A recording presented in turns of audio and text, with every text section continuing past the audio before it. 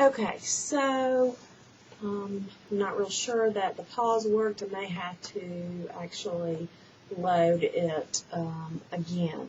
But thinking about those people who are central to healthcare. I know most of you came up with the doctors, the nurses, hospitals, insurance companies, all those ancillary services like x-ray, labs, physical therapy. Then there's nursing homes, assisted living, hospice, pharmaceutical companies, HMOs. Probably, though, the two that you might not have listed, and probably the two most important, are the patient, okay? I hope you guys wrote down the patient. And the other major player is the government. Because so much of how we access, how we provide, how we, the quality of the health care that we receive, the government is involved in so many ways.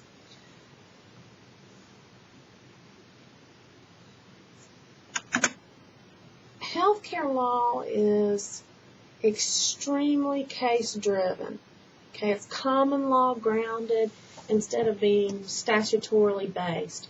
And we're going to talk about the relationships that exist between all of these different players that we just listed.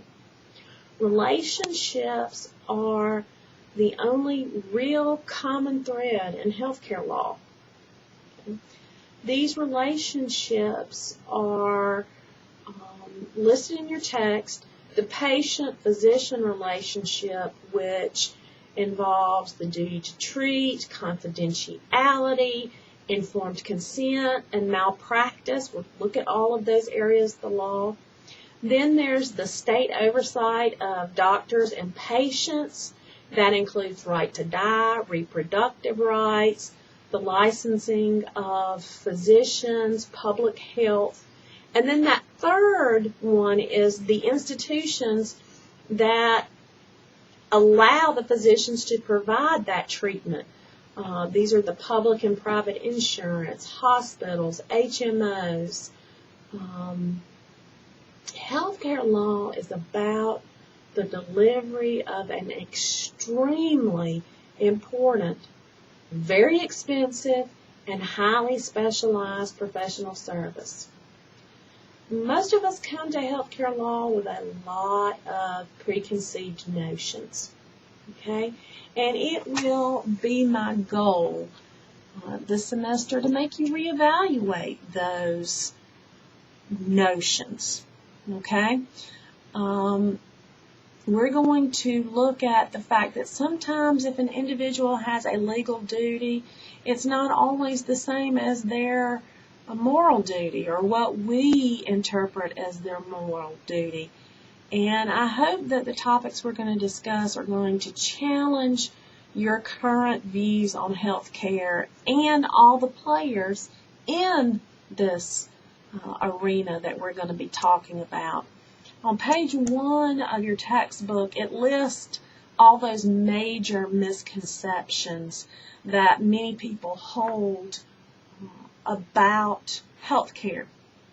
One, that the doctor should be able to know what conditions the patient has, to answer their questions precisely, prescribe the right treatment, and if they don't, they're incompetent, or it even is malpractice. That's just not fair to the physicians. Another is that for every medical condition that there's some magic treatment, and it's up to the doctor to know what that treatment is and use it. And if they don't, once again, they've committed some either malpractice, fraud. The third is that medicine is an exact science, okay? Yes, there is now a firm scientific base about what a doctor does, okay? However, it's not an exact science. Another is that the medical care consists of standard products that can be described precisely and measured meaningfully, such as inpatient days, outpatient visits, doctor office visits. That there is, specific boundaries on that. Another misconception is that medical care is always a matter of life and death or serious pain or disability. Another is that more medical care is better than less care. We're going to look at that. That people have no control over the timing of their need for medical care. Whatever care is needed right away. That's not always the case. It's not always an emergency. These misconceptions grow out of our present view of modern health care. However, up until the turn of the 20th century, if you entered a hospital, your chances of obtaining medical care that actually helped you rather than hurt you were only about 50%. Hospitals were the place where the indigent went to die. Okay, that seems unimaginable to us. But it's true. That's what hospitals were for. And attitudes about sickness and disability have undergone tremendous change in since the last, the 1800s. Primitive societies ostracized the sick. The ancient Greeks gave a stigma of unworthiness to a sick person. Among the Stoics, an incurable disease was held to be sufficient reason for suicide. Now, with Christianity, there came a very sharp change. Illness was seen to be a grace, the cross which the sick man carries, following the footsteps of Christ. The care of the ill became a primary concern of the church. That's why so many of our hospitals are Catholic hospitals. They were founded by the Catholic Church. The position of the sick has gradually been raised to a protected status, a status that it now occupies in Western civilization. So, have the attitudes shifted from this blessed benevolence or a private luxury? Gradually, medical care has assumed the status of necessity and a civic right. So we've gone from, it was a luxury to now we see healthcare as a right. The degree and the speed of the most recent changes have been so great that we've been said to be living in a veritable revolution of rising expectations with regard to health and medical care. I'll give you one example before we take the next break. Witness. The ordeal of Charles II of England took place in the late 1600s. Once upon a time, a king, while shaving, fell unconscious in his bed.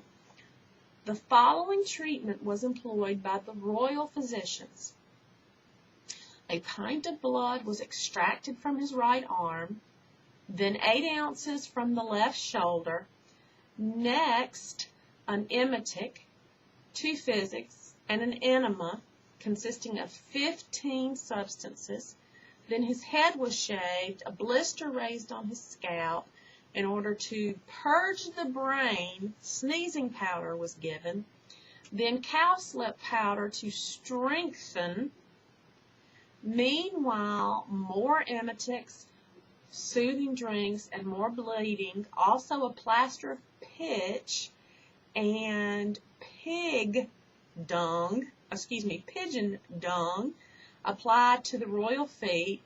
And not to leave anything undone, the following substances were taken internally: melon seeds, manna, slippery elm, black cherry water, extract of lily of the valley, peony, lavender, pearls dissolved in vinegar, gentian root, nutmeg, and finally 40 drops of extract of human skull. And as a last resort, bezoar stone was employed, but the royal patient died. When kings could command no better medical care than this, the popular resignation was not only understandable but wise. That, health care was something that could actually harm you. Okay?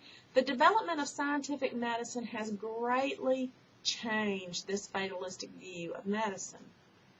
Okay? When Professor Lawrence Henderson identified the period as from 1910 to 1912 as the Great Divide in United States medical care, when for the first time in human history, a random patient with a random disease consulting a doctor chosen at a random choice stood a better chance than a 50-50 chance of benefiting from the encounter. He sharply turned the phrase, heralding the changing public attitude toward the value of medical care. We think of hospitals as centers for technological advances, but before the industrial age, they were just religious and charitable institutions for the poor and the hopelessly sick. They were places to comfort poor dying citizens. Those who had money were cared for and died at home. During this time, there was no minor surgery. Surgeons were basically no more than butchers. So we'll stop there and break.